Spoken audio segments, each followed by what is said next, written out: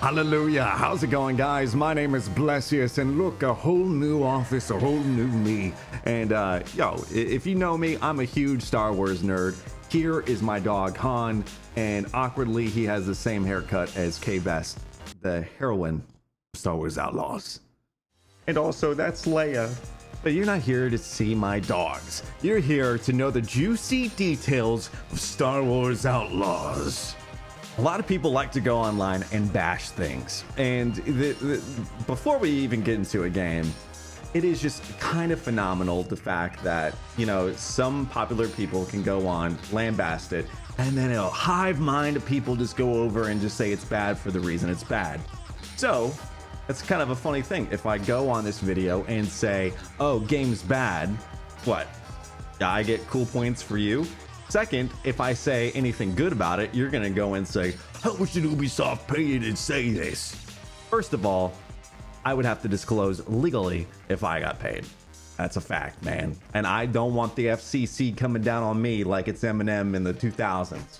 But no, I did get a decent amount of time with Star Wars Outlaws. And the thing is, I don't think a lot of people understand what the game really is. And again, thank you for UbiSoft for giving me the game a little bit early. But I will say that you are not a powerful Jedi. You will not have a lightsaber. It's you and an upgradable blaster. It's you and using your wits, because the game revolves around a reputation-based system with a bunch of underground syndicates. And that means that you're going to have to either screw some of these syndicates over on one another, or maybe you just invest all into one. And if you do so, you can unlock some cool rewards that make you look awesome and also give you some stat bonuses. But again, this is not a run and gun open world shooter. Yes, you can go and blast, but you are not rewarded in doing that in any bit. This is a open world stealth based game. You're basically a rogue from World of Warcraft. And you also have to be kind of charismatic with your choices, because your choices do matter in the game. You are literally screwing over different syndicates, mobs. Okay, Manda, you got a deal.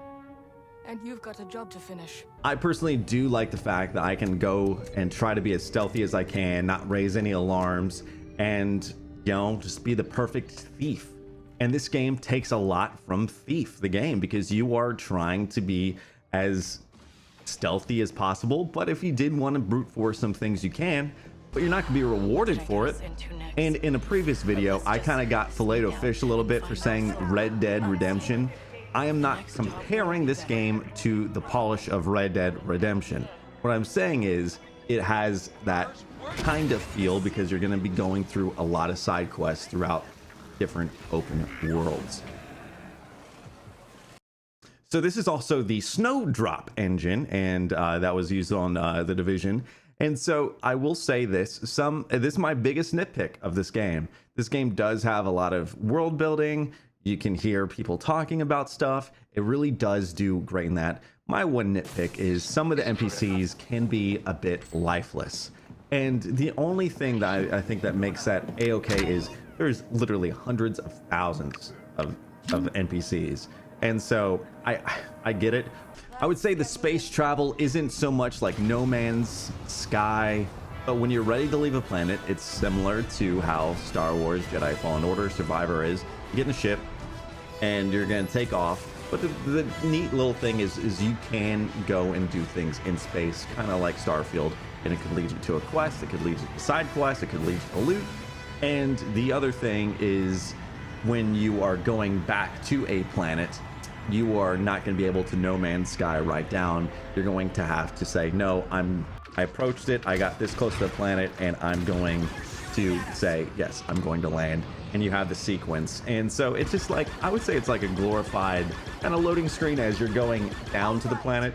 Still kind of cool, doesn't break my immersion. I think one of the best things about the game is your companion Nyx.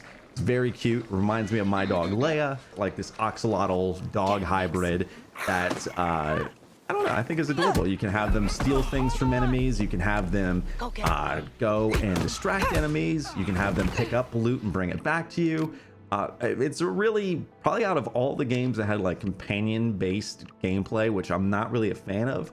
This is up on my list because it's not a hindrance, and as I'm trying to sneak around, it does benefit me to be a little bit more sneaky and have my companion go and turn off of fans so I can crawl through a chute. One thing that I don't know a lot of people are going to be talking about is there's actually like a mini game where you can go and get food for you and your companion, and it's kind of like Monster Hunter a little bit, where you have like this cutesy cutscene, but it turns into a mini game that's kind of a lot more effort than I ever would have thought. And so yeah, that was something that was kind of, it was kind of like a longer mini game than you would think too. It wasn't bad or anything. It's just a quick time game as you and Nix eat. And then what I realized is that little bowl of food is something that is basically an item that Nix can carry, and it could be something where like, hey, if a grenade is thrown at you, Nix will run up and kick it away with its tail. So I think that's cool. So I kind of understand the mini game there, but it's something that I was not expecting really at first. Also, the other mini games, there are a ton of. You can play arcades, you can play sabacc, you can play and bet on Canto Bite races. Oh, don't feel bad. I'm really good at this. There is a lot of side quests. Again, I think as long as you can let yourself be immersed and be acceptable with the fact that a lot of NPCs are going to be the Kurt Angle meme, just standing there like,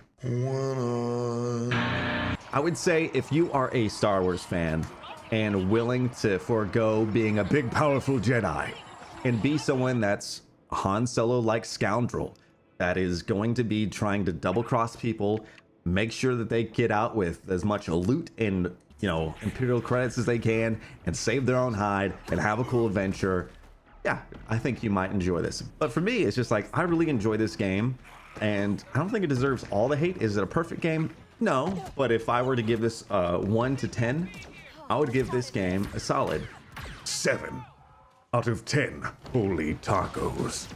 And no, this was not paid. I just enjoyed. I'm a Star Wars fan, and in no way is the game bad at all.